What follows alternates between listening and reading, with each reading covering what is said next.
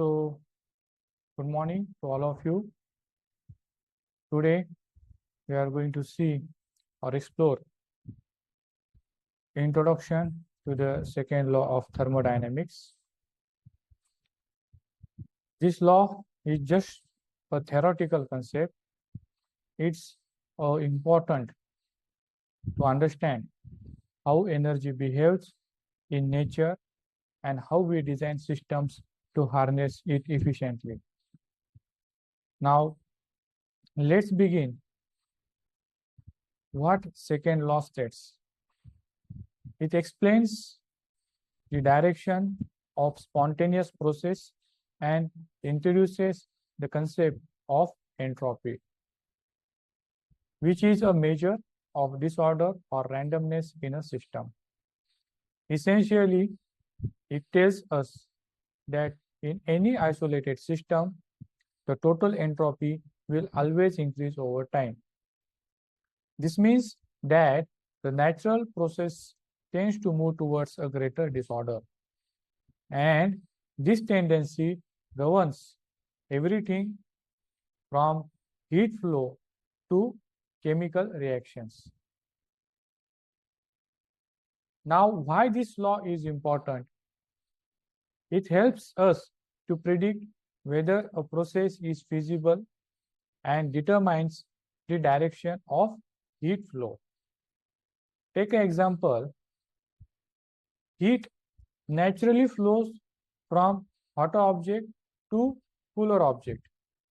Okay, and it is never getting reverse, means never flows from cooler object to higher object unless we are supplying certain external work. Now, this principle is crucial for understanding why certain process occurs naturally while others requires interventions. Now, take example of refrigeration systems. These systems are designed to overcome the natural flow of heat by using energy to extract heat from a cold space and expel it to a warmer environment. Heat engines like those in cars or power plants rely on this law to convert heat into useful work. Without understanding the second law, designing efficient system like this would be impossible. Now let's take a moment to appreciate the historical context. The second law was developed through the contribution of the brilliant scientists like Sadi Carnot, who studied the heat engines in the early 19th century, Rudolf Clausius, who introduced entropy and formalized the idea that heat cannot spontaneously flow from cold to hot, and William Thomson, better known as Lord Kelvin, who articulated these principles further. Therefore, the second law of thermodynamics is not just an abstract idea, it's essential for understanding how energy behaves and how we can use it effectively. Whether it's designing refrigerators, running power plants, or improving energy efficiency, this law plays a vital role in shaping modern technology.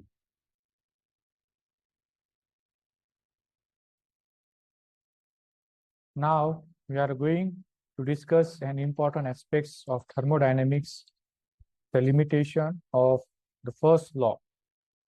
As you may recall, the first law of thermodynamics states that energy cannot be created or destroyed. It can only be converted from one form to another.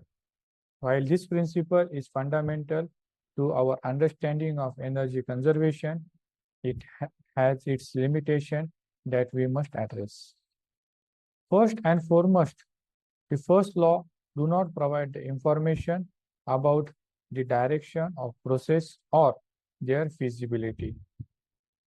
It tells us that energy can change forms, like converting chemical energy into mechanical work, but it does not indicate whether a process can occur spontaneously or under what condition. For instance, consider a simple example. When you drop a cup, it falls and breaks upon impact with the ground. The first law can account for the energy involved in this process, but it cannot explain why the cup doesn't spontaneously resemble itself after breaking. This limitations becomes even clearer when we look at practical applications. Take a car engine. For example, the engine converts chemical energy from the fuel into mechanical work to power the vehicle. According to the first law, we cannot account for the energy conversion taking place. However, it does not explain why the engine cannot convert all that of the chemical energy into use work. Some energy is always lost as the waste heat due to inefficiencies. This brings us to an essential point, the limitation of the first law, which highlights the need for the second law of thermodynamics. The second law addresses these gaps by introducing the concepts like entropy and providing insight into the directionality of process. It helps us to understand why certain transformations are feasible while others are not, and why energy tends to disperse rather than concentrate. Therefore, the first law is crucial for understanding energy conservation. Its limitations necessitates the introduction of the second law to fully grasp how energy transformations occur in nature. By recognizing these limitations, we can better appreciate the complexities of the thermodynamic process. Now, let's first discuss how second law helps in predicting feasibility. One of its primary functions is to determine whether a process can occur spontaneously. For example, consider the breaking of a glass cup. The second law explains why this process is irreversible. Once the cup breaks, it cannot be spontaneously resemble itself without external interventions. This irreversibility is a fundamental aspect of many natural processes and is essential for understanding the limits of energy transformation. Next, we must consider the direction of heat flow. The second law clarifies that heat naturally flows from hotter bodies to colder bodies. This principle is crucial for designing efficient systems such as refrigerators and heat pumps. In refrigeration, for instance, we must input energy to transfer heat from a cold space to a hot one, effectively working against the natural direction of heat flow as dictated by the second law.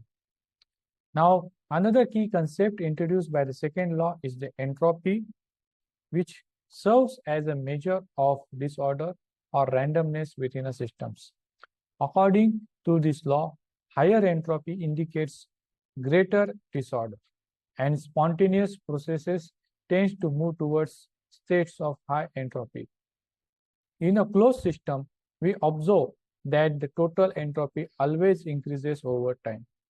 This principle is vital for engineers and scientists as it helps them to design systems that minimize entropy production, thereby achieving higher efficiency. For example, in thermal power plants or engineers strive to optimize process in such a way that they cannot convert as much energy as possible into useful work while minimizing the waste heat, essentially working with the examples laid out by the second law. Therefore, the second law is indispensable for predicting whether the process can occur spontaneously, understanding heat flow direction, and introducing the concept of entropy. These insights are fundamental for designing efficient systems across various fields of engineering and sciences. Now we are exploring into one of the foundational formulation of second law of thermodynamics, the Clausius statement. This principle is not just theoretical, it has profound implication for how we design systems like refrigerators and air conditioners. The Clausius statement itself is concise but powerful. It states heat cannot spontaneously pass from a colder body to warmer body without external work. In simpler terms, reversing the natural direction of heat flow from hot to cold requires an energy input. This idea is central to understanding refrigerations and climate control systems. Now, why does this matter?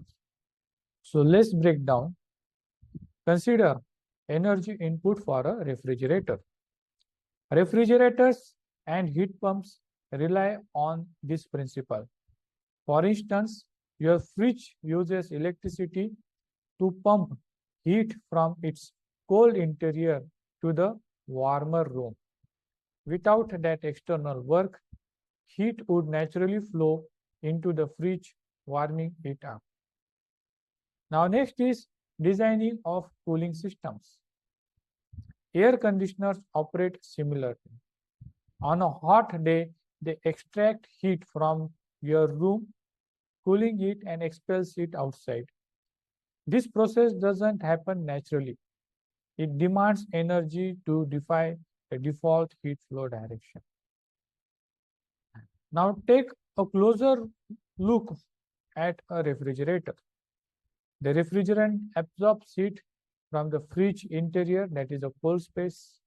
A compressor, which is powered by the electricity, does work to pressurize the refrigerant, raising its temperature. The refrigerant releases the heat to the external environment, okay, or a warmer kitchen through coils at the back. Without the compressor work, heat would flow into the fridge, spoiling your food. This perfectly illustrates the Clausius statement in actions. Now, there is a historical context to this, so let's understand this. Now, this principle was formalized by Rudolf Clausius in the mid-19th century. His work emphasized that while energy is conserved as per the first law, the direction of energy transfer is governed by the entropy. And the second law, that is a Clausius statement, highlights the necessity of external work to reverse the natural heat flow, a concept that revolutionized thermodynamics and engineering. Now, why this matters now? Understanding the Clausius statements helps the engineers to optimize the energy use in HVAC systems. Design sustainable cooling technologies. Avoid impractical designs, example, a fridge that runs without electricity. In essence, the Clausius insight bridges theory and practicality, showing why systems like heat pumps are indispensable in modern life.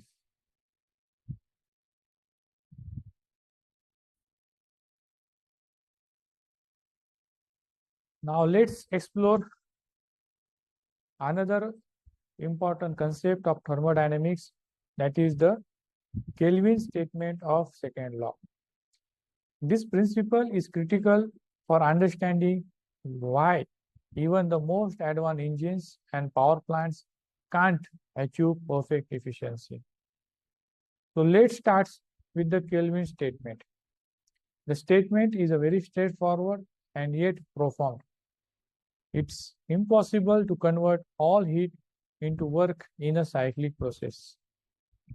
In a simpler terms, no matter how well designed a heat engine is, some heat will always be wasted.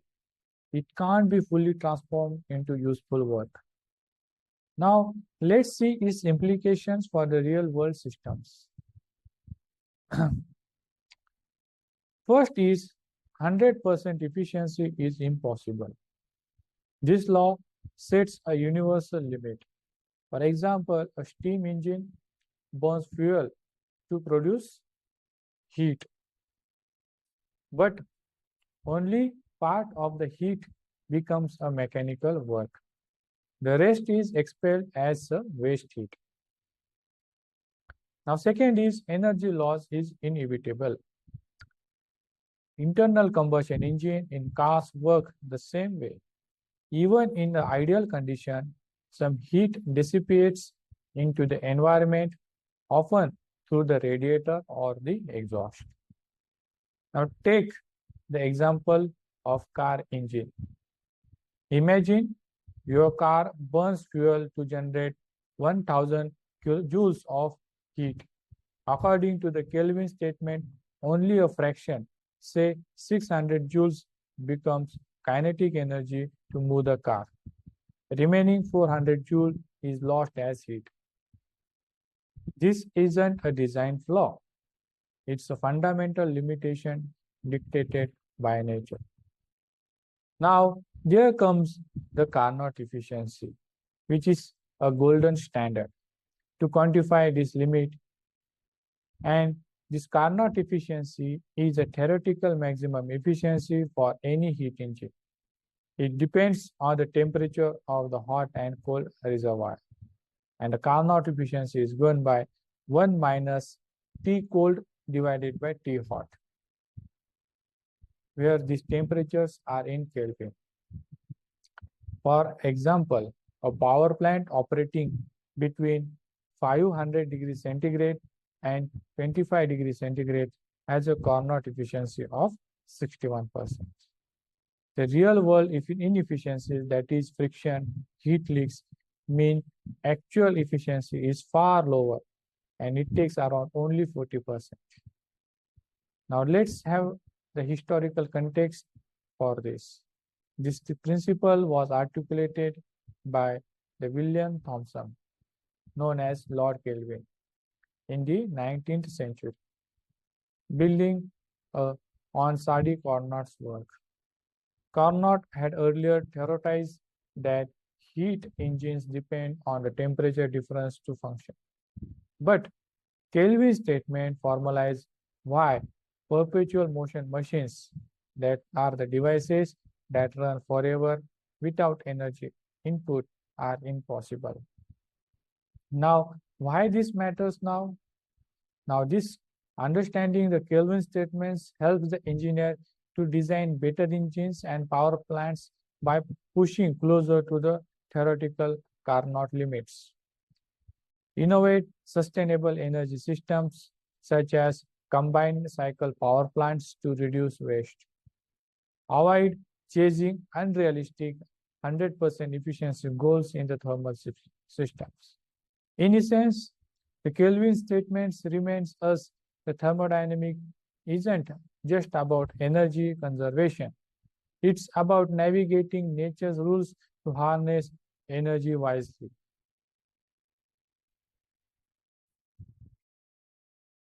Now we will tackle one of the most fascinating and sometimes misunderstood concepts in thermodynamics, that is called as entropy, and its relationship with the second law. Let's break down how this idea shapes our understanding of energy, disorder, and the universe itself. What is entropy? Entropy is a measure of disorder or randomness in a system. Think of it like this: a tiny room with a low entropy having everything in its place. A messy room, it indicates a high entropy, has items scattered randomly. In thermodynamics, high entropy means greater molecular charge. For example, when ice melts into water, entropy increases because water molecules move more freely than in rigid ice. The second law and entropy. The second law states that the total entropy of an isolated system always increases over time. In the simpler terms, natural process tends to move towards disorder unless energy is expelled or expended to prevent it. This explains why spontaneous processes like mixing gases or heat flow from hot to cold are irreversible. Now take an example. If you release helium and argon into a box, they will mix completely. Once mixed, they will never spontaneously separate and entropy is increased. And reversing it would require energy inputs. Now take entropy in actions. There are two important ideas. First is the irreversibility. Why does cream mix into coffee but never unmixed? Why does a shattered glass not resemble itself? The second law answers these questions. Entropy drives system towards disorder. Now we want to find out what is a entropy change. For reversible process, the entropy change is calculated by delta S is equal to heat flow in a reversible process divided by temperature. Take example of heating a pot of water, which increases its entropy because energy disperses among the molecules. Now, why this matters? Because in case of the engineering systems, engineers use entropy principle to design efficient systems. For instance, power plant aims to minimize entropy production, that is the waste heat, to maximize the work output. Now next is the second law implies the universe entropy is constantly increasing, leading to the heat death hypothesis, where energy becomes uniformly distributed and unusable.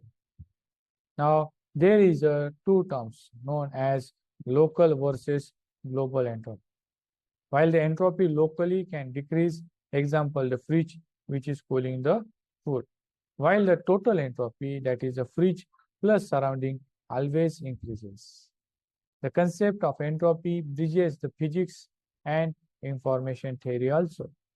In data science, information entropy quantifies uncertainty, proving this idea universal relevance.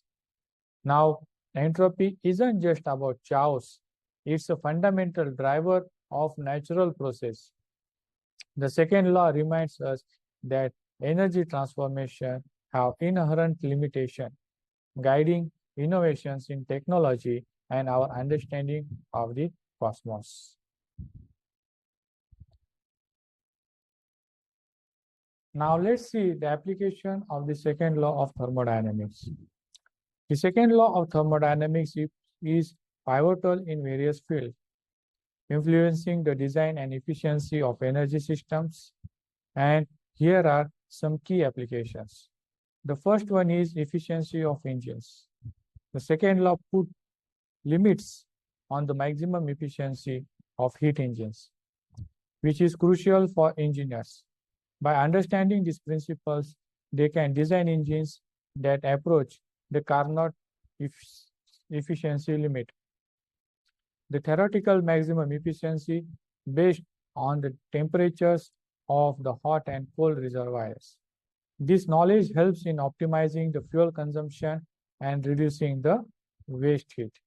Next is the refrigeration systems. Refrigerators and air conditioners are designed based on the second law. This system requires energy input to transfer heat from colder to warmer environments, effectively working against the natural direction of heat flow. By applying the second law, engineers can create more efficient refrigeration cycles that minimizes energy consumptions while maximizing the cooling effects. Next is the environmental impacts. The second law is essential for assessing the environmental impacts of energy systems. By evaluating the entropy productions and energy efficiency, engineers can identify the ways to reduce waste heat and improve overall system performance. This assessment is vital for developing sustainable technologies that aligns with the environmental conservation efforts. Next is the power plants. In case of power plants, they utilize the second law to optimize their efficiency and minimize the environmental impact. By understanding how to manage waste heat effectively and improve energy conversion process, power plants can operate more sustainably. This leads to lower emissions and reduced carbon footprints, making energy productions cleaner. Next is the mixing process. The second law also applies to the process such as mixing two fluids or gases. When two different gases are mixed, the entropy increases due to a greater disorder. This principle helps in designing process in chemical engineering while mixing is a critical steps. Overall, the second law of thermodynamics plays a crucial role in modern engineering technology. Its applications span from optimizing the engine performance to designing efficient refrigeration systems and assessing environmental impacts. Understanding these principles not only enhances efficiency but also fosters innovation in sustainable energy solutions. By leveraging the insights provided by the second law, engineers can continue to push the boundaries of what is possible in energy systems while addressing global challenges related to sustainability and environmental preservations. Now, we are going to explore the concept of exergy and its critical relationship with the second law of thermodynamics. Understanding exergy is essential for optimizing system efficiency and improving energy utilization in various applications. So what is this exergy? Exergy is defined as the maximum useful work that can be extracted from a system as it comes into the equilibrium with its environment. It represents the quality of energy and its potential to perform the work. Unlike energy, which is conserved according to the first law of thermodynamics, exergy can be destroyed in irreversible process. This distinction is crucial for engineers and scientists as they analyze systems performance. Now coming on to the exergy and the second law. The second law of thermodynamics states that in any irreversible process, exergy decreases. This decrease is directly related to the entropy production. Greater the entropy, the less useful energy remains in the system. Essentially, when energy is transformed in an non-ideal matter, some of it becomes unavailable for doing work. Now take an example of power plants. Let's consider a practical example, exergy analysis in power plants. Engineers use this analysis to optimize efficiency by minimizing the exergy destructions, which is linked to the entropy generation. For instance, when fossil fuels are burned in a power plant, not all the heat which is generated can be converted into electrical energy. Some heat is inevitably lost to the environment. By focusing on reducing this exergy loss, power plants can enhance their overall efficiency and reduce environmental impacts. Now, what is the applications of this exergy analysis? Exergy analysis has a widespread application across the various fields, including energy engineering. It helps to design more efficient systems by identifying where exergy losses occurs. Next is the environmental science. By evaluating the exergy productions and destructions, we can assess the sustainability of different energy systems. Third one is the industrial process. Exergy analysis allows for improved design that minimizes the energy usage while maximizing the output. Therefore, the exergy provides a valuable framework for understanding how the energy can be utilized effectively within a thermodynamic systems. The relationship between exergy and entropy emphasizes that while exergy is conserved, its quality and thus its ability to work can diminish due to irreversibilities in the process. As we move forward in our studies, keep in mind that optimizing exergy not only enhances system performance but also plays a significant role in promoting sustainability in the energy use. Now we will discuss the critical role of the second law of thermodynamics in engineering designs and optimizations. Understanding this law is essential for engineers seeking to create efficient systems that operate close to their theoretical limits. Now, what is its role in design? The second law helps engineers to design more efficient systems by focusing on minimizing the entropy productions. By understanding how energy is transformed and lost within a systems, engineers can create designs that operate more effectively. This approach ensures that systems such as engines and heat exchangers functions closer to their maximum efficiency. Now, next is optimizations of this process. Optimization is a key aspect of engineering, and the second law provides a framework for improving system performance. By reducing the entropy generations, the engineers can enhance the efficiency of various thermodynamic systems. For example, in heat exchangers, minimizing the entropy productions leads to better thermal performance and reduced energy losses. Now, for examples, in optimizing the heat exchangers, engineers can analyze the balance between the heat transfer efficiency and the pressure drop.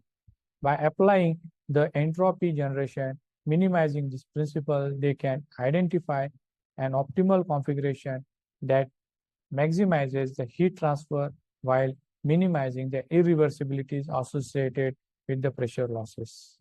This dual focus not only improves the efficiency but also reduces the operational cost.